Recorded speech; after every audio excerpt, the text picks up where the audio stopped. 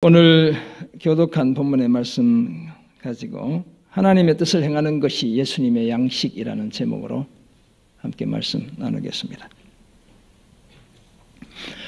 오늘 저희가 함께 교독한 하나님의 말씀 중에 특별히 요한복음 4장 33절은 제가 목회의 좌우명처럼 여기는 말씀 중에 하나입니다. 제가 요한복음 3장 30절, 그 다음에 4장 34절, 누가복음 4장 18절과 19절, 그리고 17장 10절, 시편 51편 10편 10절 등을 목회를 시작하기 전에 하나님께서 저를 부르실 때 사용하신 특별한 말씀이었는데요. 그 중에 가장 최고봉은 바로 오늘 본문 요한복음 4장 34절이다. 이렇게 말할 수 있습니다. 비밀번호가 지금처럼 까다롭게 요구되지 않던 시절 저의 모든 인터넷이나 금융거래의 비밀번호가 요한복음 4장 34절, 이제 영어로 표현하면 JOHN, 존은 요한복음을 가리킵니다. 0434, 바로 이 구절이었습니다. 지금도 혹시 저의 사생활이 궁금하시면 뭔가에 들어가면 여전히 몇 개는 남아있을 거예요. 2001년 제가 회사를 퇴사를 하게 되었는데 이제 참 세월이 많이 흘렀습니다. 목회를 하다 보니까 20년도 이제 더 흘렀는데요. 그때 제가 호주에서 시드니에서 지사장으로 일을 하고 있었습니다. 막상 사표를 내고 신학 공부를 시작하려고 하니까 앞으로 뭘 해서 먹고 살아야 하나, 이 목회해서 과연 먹고 살 수는 있기는 한 건가?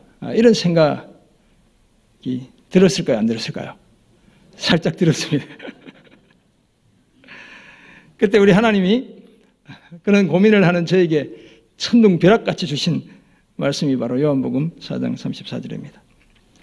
성경을 읽던 중 예수님이 나를 보내신 이의 뜻을 행하며 그의 일을 온전히 이루는 것을 자신의 양식으로 삼으셨다는 이 사실이 눈에 확 들어왔습니다. 그래서 그날 이후 감히 저도 하나님의 뜻을 행하며 그의 일을 온전히 이루는 것을 양식으로 삼고 목회를 해야겠다고 다짐했습니다. 그 다짐을 늘 되새기기 위해 요한복음 4장 34절 JOHN 0434를 비밀번호로 사용하게 되었습니다. 사실 저는 이런 다짐에도 불구하고 예수님처럼 하나님의 뜻을 행하며 그의 일을 이루는 것만으로 양식을 삼지 못할 때도 많이 있습니다. 특히 물질과 관련해서도 가능한 많은 헌금을 드리며 몸을 가볍게 하려고 애쓰지만 가끔씩은 장래에 대한 염려로 인해 머뭇거리기도 합니다. 내가 이제 늘 그런 생각했어요. 목회하면서 내가 교회 성도 중에, 저도 성도 중에 한 사람이니까 주님 모시기에 가장 헌금을 많이 해야 되겠다. 이렇게 이제 생각을 해왔어요. 개척교회 할 때는 성도가 많지 않았기 때문에 문제가 없었어요. 그래서 늘 제가 가장 많이 헌금하는 성도 중에 한 사람이었어요. 우리 교회만 해도 제가 지난 10년간 목회하면서 가장 많이 헌금하지 못할 때가 제법 있었어요. 이게 해마다 어떤 분들이 갑자기 이렇게 뭔가 큰 헌금을 해가지고 제가 2등 할 때도 있고 3등 할 때도 있고 이렇게 했는데, 그래서 작년에는 제가 한번 마음먹고 주님 금년에는 제가 1등으로 헌금 많이 하고 싶습니다. 이렇게 이제 생각하고 열심히 헌금을 해갔는데 작년 가을에 갑자기 어떤 한 분이 제가 말씀드렸나요? 11조를 거의 3,800만 원을 하셔가지고 제가 역시 또 2등을 하게 됐습니다. 그래서 금년에는 주님 이제 그런 마음 안 먹겠습니다. 이렇게 생각하고 있는데, 아무튼 몸을 좀 가볍게 하려고 애써 오긴 했지만 여전히 머뭇거리기도 한다는 겁니다. 그리스도이신 예수님을 만난 기쁨과 감격에 젖어 살기보다 지금 당장 눈에 보이는 것과 앞으로 일어날 일들의 마음과 시선을 온통 빼앗기기도 합니다. 온 세상의 구주이신 예수님을 전적으로 신뢰하기보다 여전히 물질을 양식으로 삼으려는 본성의 지배에서 완전히 벗어나지 못했기 때문입니다. 이 가장의 무게도 사실 보통이 아니에요. 뿐만 아니라 예수님을 그저 내 삶의 필요를 채우시는 분 정도로 그 위상을 제한하며 사는 경우도 적지 않기 때문이기도 합니다. 그런데 오늘 본문 요한복음 4장 27절에서 42절에 따르면 예수님은 자신을 보내신 하나님의 뜻을 행하는 것을 자신의 양식으로 삼으셨죠. 사실 제가 이 말씀에 꽂혀가지고 그래서 개척교회 미국에 살 때 6년 동안 사례비를 안 받았어요. 부목사님들 여러분께는 다 사례비를 드리면서도 근데 이게 결국 그게 쉽진 않더라고. 끝까지 잘 되진 않아요. 왜냐하면 먹고 살아야 되는 문제가 있기 때문에. 실패와 고독 속에 살아가던 사마리아 여인을 찾아가신 것처럼 예수님은 생명을 구원하는 일을 자신의 양식으로 삼고 이 땅을 사셨죠. 그때 편견에 사로잡힌 제자들은 배를 채워 허기를 달래주는 음식에 주목했습니다. 반면에 사람들로부터 따가운 눈총을 받아야 했던 사마리아 여인은 그리스도이신 예수님을 주목했죠.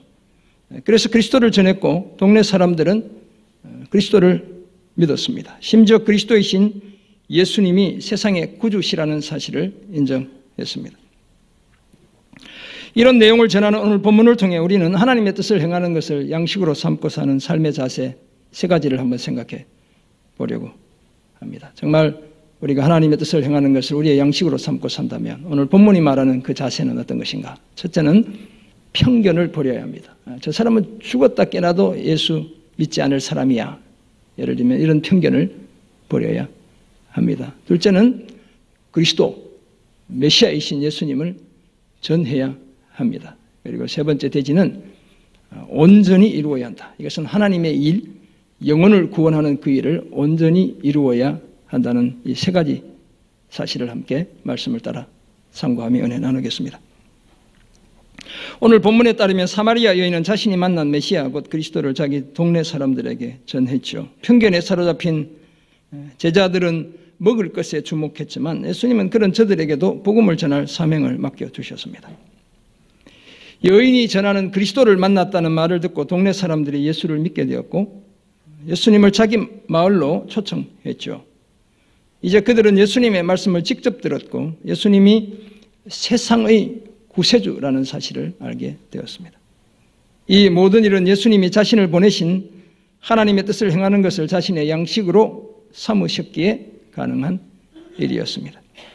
이런 오늘 본문에서 발견하는 하나님의 뜻을 행하는 것을 양식으로 삼고 사는 그 삶의 첫 번째 자세로 편견을 버려야 합니다.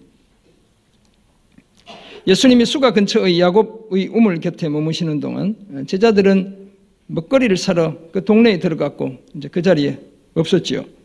그 사이에 한 사마리아 여인이 제6시 곧 낮 12시에 그 우물에 물을 기르러 옵니다. 주님이 그 여인에게 대화의 물꼬를 트시죠. 그리고 그 대화는 결국 누구를 예배해야 하고 어떻게 예배해야 하는지에 대한 예수님의 설명으로 마무리되었습니다. 예수님은 하나님이 이때에 영과 진리로 자신을 예배하는 자들을 찾으시고 따라서 영이신 하나님을 영과 진리로 예배해야 한다고 말씀해 주시죠. 그리고 자신이 바로 그 여인이 그토록 기다리던 메시아, 또 모든 것을 알려주시는 그리스도라는 사실을 밝히십니다. 그리고 오늘 본문이 이어지는 겁니다. 이때에 먹을 것을 구하러 마을에 갔던 제자들이 돌아왔고 예수님이 여자와 말씀하시는 것을 이상히 여겼습니다. 뜻밖의 상황으로 인해 깜짝 놀랐다는 뜻입니다. 왜냐하면 자신들이 전혀 예상하지 못했던 광경을 목격했기 때문이죠. 그 당시 관습으로 유대인 남자가 공개된 장소에서 여자와 대화를 나누는 것 자체가 금기시 되었습니다. 심지어 같이 길을 가는 아내와도 함부로 대화를 나누지 않는 것이 미덕으로 여겨지던 그런 시대였죠. 그런데 예수님이 유대인들이 아예 상종조차 하지 않는 사마리아 여인과 대화를 나누고 계신 것이었죠. 제자들이 이 여인이 남편을 5이나 둔 여인이라는 사실을 몰랐기에 망정이지 만약 알았다면 아마 더욱 이상하게 여겼을 것입니다. 이처럼 제자들은 심각한 종교 사회적인 편견에 사로잡혀 살았습니다. 그래서 몹시 놀라면서도 아무도 예수님이 무엇을 구하시는지 어찌하여 그녀와 말씀을 나누시는지 묻지 않습니다. 선생님 도대체 이 여인에게서 무엇을 원하십니까? 라고 묻거나 이 여인과 더불어 무슨 이야기를 나누고 계십니까? 라고 묻는 제자가 아무도 없었습니다. 왜냐하면 금기시된 그 일에 자신들이 끼어들고 싶지 않았기 때문이었습니다. 사마리아 여인과 대화를 나누는 것이 자신들을 부정하게 만든다는 왜곡된 편견을 버리지 않으려 했던 것이죠. 그러는 사이에 여자는 물동이를 버려두고 동네로 들어가서 사람들에게 말합니다. 내가 행한 모든 일을 내게 말한 사람을 와서 보라. 이는 그리스도가 아니냐라며 그리스도를 전했습니다. 그 말을 들은 동네 주민들이 동네에서 나와 예수님께로 오게 되죠. 생활이 형편없던 그런 여인의 말이었지만, 평소에 늘 뒤에서 비난하고 험담하던 그런 여인의 말이었지만, 그리스도를 만났다는 그 여인의 말에 동네 사람들이 자신들의 편견을 버리고 예수님께로 나아왔던 것이죠. 사랑하는 성도 여러분, 이처럼 제자들은 늘 예수님과 같이 다니면서도 예수님과 상관없는 자들처럼 행동하기 일쑤였습니다. 선생님이신 예수님이 추구하는 삶의 방식에 좀처럼 공감하지 못했습니다. 제자들은 아직도 진정한 예배를 드리고 영혼을 살리는 그런 일엔 별로 관심이 없었던 것이죠. 그저 일신의 영달을 위해 예수님을 따라다니는 자들처럼 행동했습니다. 하지만 예수님처럼 하나님의 뜻을 행하는 것을 자신들의 양식으로 삼기 위해서는 이런 자신들의 잘못된 편견을 버려야 했습니다. 예수님과 사마리아 여인 사이의 대화를 이상히 여길 것이 아니라 제자들에게도 이 여인을 긍휼히 여기는 마음이 필요했습니다. 이것은 하나님을 예배하는 일에 있어서도 마찬가지였죠. 제자들도 예배 없이 영이신 하나님을 영과 진리로 예배해야 했습니다. 동네 사람들처럼 자신들의 편견을 버리고 예수님께로 더욱 가까이 나와야 했죠. 제자들은 예수님의 죽음과 부활 그리고 승천 이후 성령이 임한 다음에야 이 일을 제대로 감당하기 시작합니다. 하지만 한없이 부족한 저들에게 예수님은 넉 달이 지나야 추수할 때가 이른다는 속담을 인용하시며 너희 눈을 들어 밭을 보라 희어져 추수하게 되었도다라며 저들에게 제자로서의 사명감을 고취시켜 주셨습니다. 거기에다 거두는 자가 이미 삭슬 받고 영생에 이르는 열매를 모으나니 이는 뿌리는 자와 거두는 자가 함께 즐거워하게 하려 함이라고도 말씀해 주셨습니다. 회개의 천국 복음을 전파하는 세례 요한의 사역이 이미 시작되었고 이제 자신의 제자들이 그 수확의 기쁨을 누리게 될 것을 말씀해 주신 것이죠. 예수님의 십자가와 부활 이후 성령의 임재를 통해 본격적으로 이루어질 복음 사역의 열매에 관해 미리 말씀하고 계신 겁니다. 이 모든 것은 편견을 버리고 소외되고 고립된 채 살아가는 그 죽어가는 영혼을 애타는 마음으로 품을 때 가능한 일입니다. 그러므로 고집스러운 편견 버리고 소외된 영혼 곁으로 다가가 나도 살고 그들도 살리는 그런 우리 모두가 되기를 주의 이름으로 축원합니다. 아멘. 하나님의 뜻을 행하는 것을 양식으로 삼고 사는 사람의 두 번째 자세로 그리스도를 전해야 합니다. 예수님이 자신들이 그토록 기다리던 메시아라는 말을 들은 여인은 앞에서도 보았지만 물을 뜨러 왔다가 물동이도 버려두고 동네로 들어가서 사람들에게 이렇게 말하죠. 너무나 긴급하고 중요한 일이었기 때문이었습니다. 내가 행한 모든 일을 내게 말한 사람을 와서 보라. 이는 그리스도가 아니냐. 내가 그리스도를 만났는데 와서 한번 봐라. 이렇게 이야기하고 있습니다. 얼마나 실감나게 전했든지 그 여인의 말을 들은 동네 사람들이 동네에서 나와 예수님께 왔다고 오늘 30절이 말씀합니다. 가급적 사람들을 피해 다니던 그녀가 그래서 낮 12시에 아무도 물 기르러 오지 않는 그 시간에 혼자 물 기르러 갔잖아요. 그런 그녀가 평소와는 달리 너무나 확신에 차서 그리스도를 만났다고 말했기 때문이었죠. 그리스도를 전하는 그녀의 말이 그만큼 호소력을 발휘했습니다. 이런 이야기 중간에 예수님과 제자들의 대화가 31절에서 38절까지 이어지고 있습니다. 드라마로 치면 같은 시간에 각각 다른 장소에서 일어나는 일을 다루고 있다 이렇게 말할 수 있습니다. 제자들이 남아서 예수님과 함께 이야기하는 것, 그 다음에 여인이 동네에 들어가서 마을 사람들에게 그리스도를 만났다고 해서 그 사람들이 나오게 되는 것, 같이 일어나는 일들이죠. 그 자세한 내용 세 번째 대지를 통해 살펴보겠습니다. 오늘 보면 39절에 따르면 사마리아 여인이 내가 행한 모든 것을 그가 내게 말하였다고 증언하자 그 동네 중에 많은 사람이 예수를 믿게 되었습니다.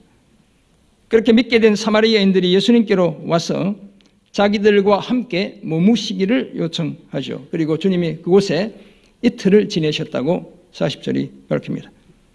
그리스도이신 예수님이 그리스도를 기다리는 저들과 함께 먹고 마시며 잠을 주무시며 진정한 교제를 나누신 것이죠. 자신이 잃어버린 영혼을 되찾기 위해 오셨다는 사실을 행동을 통해 보여주셨습니다.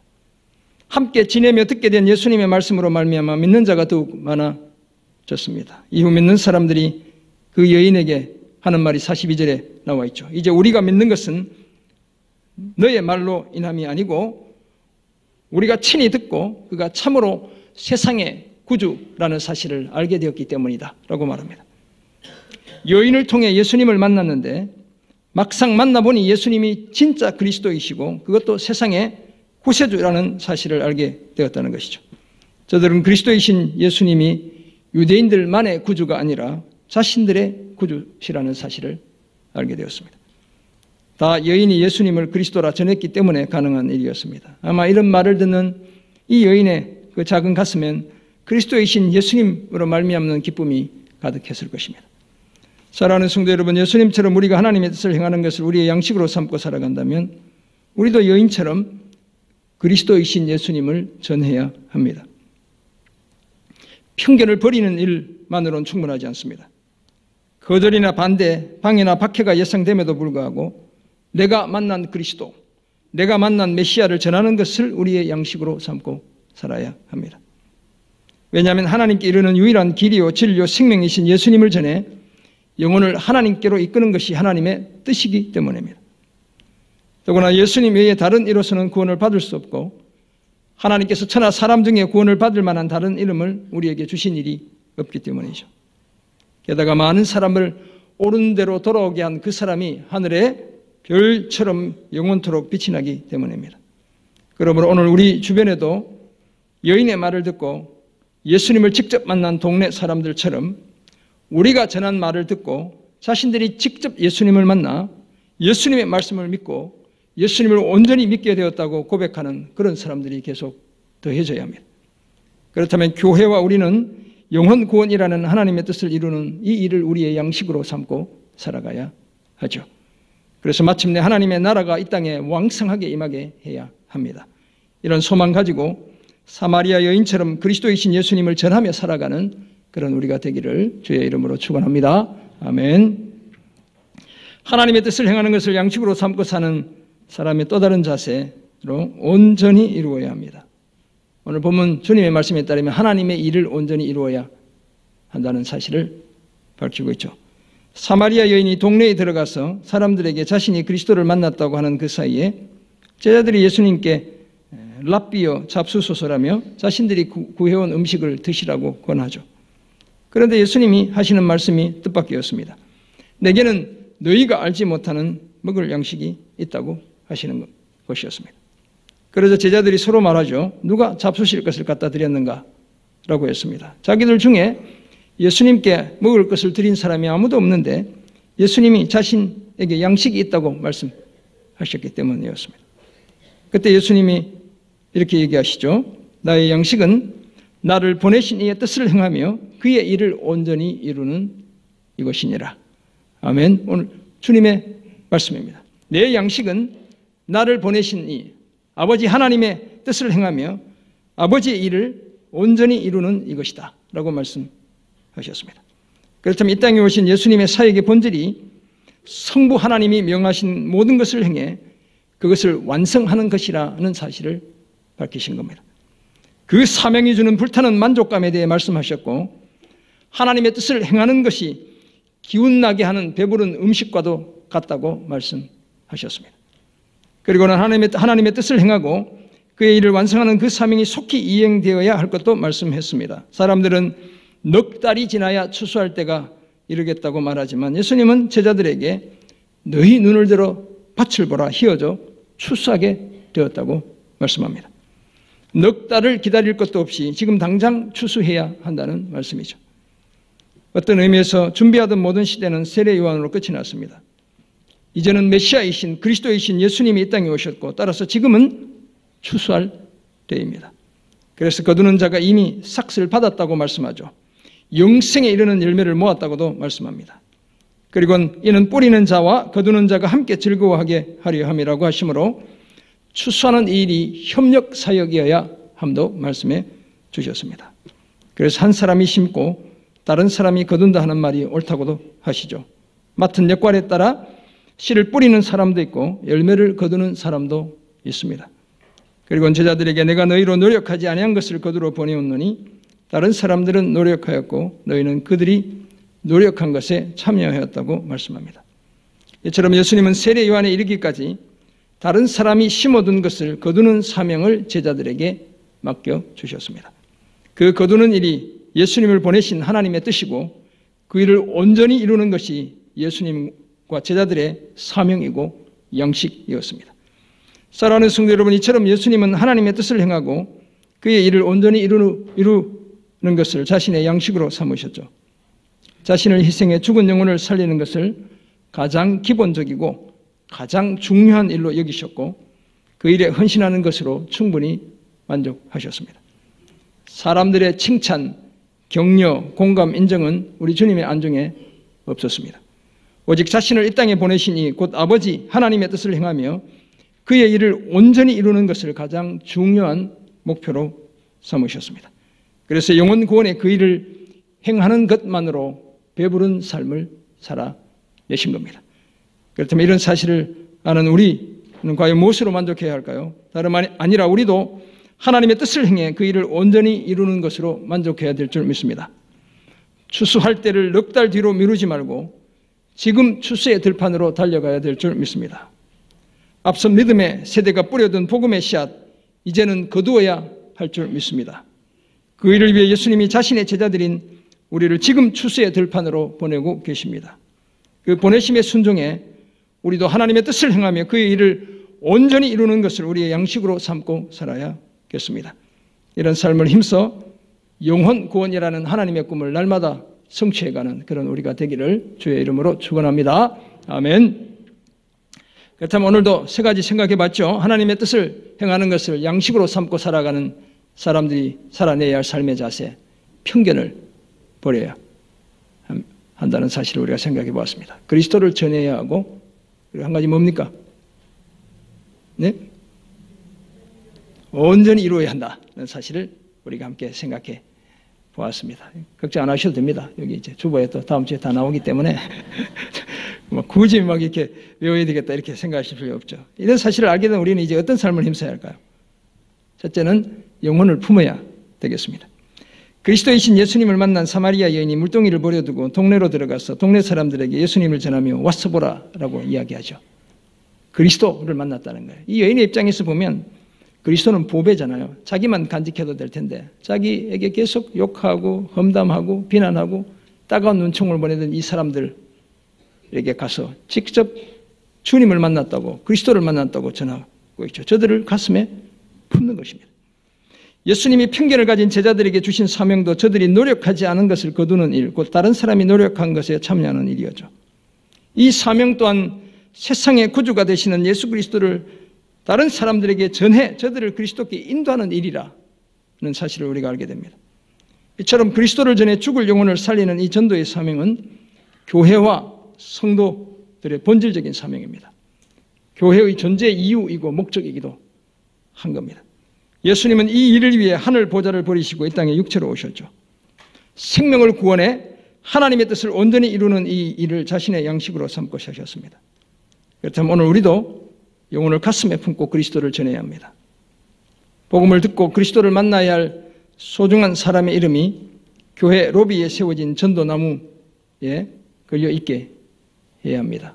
시골에서 이제 자라면 요즘은 이제 과수 사과나무도 크게 안 키우기 때문에 좀 이제 덜 그런 것 같아요. 요즘은 이제 시골 가보면 별로 그러지 않아요. 옛날에는 이 나무들이 엄청 컸어요. 그러면 이제 사과 주렁주렁 달리면 거기 뭘 받쳐요? 지지대를 받쳐요. 이렇게 가지가 쳐져서 찢어지지 않게. 이제 감나무는 그런 경우들 많기도 하고 이런데 사과는 이렇게 우리 시골에 보면 늘 이렇게 지지대를 받쳐서 과일이 점점 커지면서 무거워서 이렇게 가지가 찢어지면 상품이 안 되잖아요. 그렇게 이제 보호하는 그런 일들을 하는데 제가 지난 금요일 기도하면서 그런 생각했어요. 저 전도나무에 이름이 하도 걸려가지고 가지가 찢어질 것 같은, 절대로 안 찢어지는 우리가 가짜이기 때문에 제가 이제 그런 느낌, 그런 마음으로 영혼을 가슴에 품고 달려가야 되겠구나, 이런 생각했습니다. 밭은 희어져 이미 추수할 때가 되었습니다. 영혼을 가슴에 품고 그리스도를 전해 영적 추수꾼의 사명을 다하는 우리 모두가 되기를 주의 이름으로 부탁드립니다. 아멘. 지금 몇 명이 작정됐다고 그랬어요? 아까 광고할 때. 오, 네, 기억력 좋습니다. 네, 금방 500명 다 채워질 줄 믿습니다. 아멘. 네, 그렇게 될 줄 믿습니다. 둘째, 서로 협력해야 합니다. 예수님에 따르면 한 사람이 심고 다른 사람이 거두죠. 다른 사람은 노력했고 어떤 사람은 그 노력한 것에 참여합니다. 누군가는 이미 오래전에 씨를 뿌려두었고 다른 누군가는 오늘 그 씨의 열매를 거두게 되죠. 그래서 뿌리는 자와 거두는 자가 함께 즐거워하게 된다고 주님이 말씀합니다. 바울에 따르면 복음의 증인들은 하나님의 동역자이고 성도들은 하나님의 밭이고 하나님의 집입니다. 사도 바울의 이 관점을 우리가 잘 이해할 필요가 있습니다. 복음을 전하는 자들은 하나님과 함께 일하는 자들이라는 거예요. 성도들은 하나님의 밭이고 하나님의 집이에요. 예수를 전할 사명을 맡은 우리는 하나님과 함께 일하는 자라고 고린도후서 6장 1절에서도 말하고 있습니다. 그렇다면 우리는 서로 협력해야 합니다. 뿌리는 자도 있고 거두는 자도 있다는 사실을 인정해야 합니다. 먼저 노력한 사람이 있고 그 노력한 것에 참여하기도 하는 겁니다. 기본적으로 그리스도의 몸된 교회는 모든 사람이 서로에게 꼭 필요한 존재입니다. 암적인 존재만 아니라면, 이단이 들어와서 우리를 힘들게 하는 것이 아니라면 우리는 늘 서로 협력해야 합니다. 복음 사역은 특히 더욱 그렇습니다. 서로 협력해 생명의 열매를 거두고 함께 기뻐하는 그런 우리가 되기를 주의 이름으로 부탁드립니다. 아멘. 우리 속담에 목구멍이 포도청이다 이런 말이 있습니다. 네, 포도로 담그는 청이라 이런 뜻이 아니죠. 네. 네, 그런 뜻도 아니고, 네, 포도로 이렇게 포도를 따서 이렇게 포도주를 만드는 청이다 이런 얘기도 아닙니다. 이제 포는 포박하다는 뜻이잖아요. 그죠? 도는 도입니다. 이제 도둑을 포박하는 관청이다 이런 뜻이 되겠습니다. 포도청은 조선시대의 도둑과 같은 범죄자를 잡고 심문하는 일을 맡았던 관청을 가리킵니다. 목구멍이 포도청이라는 말은 먹고 살기 위해서라면 체면에 어긋나는 일도 하고 죄를 짓기도 한다는 그런 뜻이죠. 배고픔이 극에 달하면 설령 포도청에 잡혀가 고초를 당하더라도 무엇이든지 못할 게 없다는 말에서 유리한 그런 우리 속담 같은 것이다 이렇게 말할 수 있겠습니다. 사실 우리가 이제 빅토르 위고 레미제라블도 그렇잖아요. 장발장이 빵 한 번 훔쳤다가 19년을 감옥에 살게 돼요. 그런 먹는 문제가 그만큼 중요한 것이죠. 그런데 오늘 예수님은 이렇게 살아가는 우리와는 달리, 우리와는 다르게 자신을 보내신 이의 뜻을 행하며 그의 일을 온전히 이루는 그것을 양식으로 삼고 사셨습니다. 그 양식을 충분히 확보하기 위해 자기 목숨을 걸었습니다. 그것도 자기 배를 채우기 위해서가 아니라 영적인 아사 상태에 놓인 저와 여러분의 배를 채우기 위해 그렇게 하셨습니다. 그리고 그 일만으로도 충분히 만족하셨습니다. 그래서 기꺼이 십자가를 선택하신 겁니다. 사랑하는 성도 여러분, 이처럼 예수님은 영혼 구원이라는 아버지의 뜻을 행하고 그의 일을 온전히 이루는 것을 자신의 양식으로 삼았습니다. 그렇다면 예수의 제자로 살아가는 우리 또한 마찬가지여야 합니다. 예수님처럼 살기 위해 이제 우리도 우리의 잘못된 편견 버려야 합니다. 가장 예수 믿지 않을 것 같은 가장 원수처럼 다가오는 그 사람에게 복음을 전해야 합니다. 내가 만난 예수 그리스도 전해야 합니다. 나아가 하나님의 일, 영혼 구원하는 이 일을 온전히 이루어 가야 합니다. 그러기 위해 영혼을 가슴에 품어야 하고 서로 협력해야 되겠습니다. 이런 복된 삶을 힘써 하늘 양식으로 우리의 영적 굶주림을 해소하고 생명을 살리는 이 복된 일에 헌신하는 우리 모두가 되기를 주의 이름으로 축원합니다. 아멘. 기도하겠습니다. 사랑의 주님, 나의 양식은 나를 보내신 이의 뜻을 행하며 그의 일을 온전히 이루는 이것이니라. 오늘 주님이 제자들에게 들려주신 이 말씀을 우리가 가슴으로 되새기기 원합니다. 그저 배부른 그것으로 우리 인생 만족하지 않게 주여 도와주시고 생명 구원, 천하보다 귀한 그 영혼 살리는 그 일을 기대하시는 하나님의 그 뜻 이루어드리는 그것을 우리의 양식으로 삼고 살아가는 하나님의 귀한 자녀들 다 되게 은혜 내려 주옵소서. 우리가 보기에 가장 예수 믿지 않을 것 같은 그들을 향해 편견을 버리고 다가가 복음이 그들 속에 역사하는 놀라운 모습 보게 되는 하나님 놀라운 축복 우리 모두에게 허락해 주옵소서. 감사드리며 예수님의 이름으로 기도드립니다. 아멘.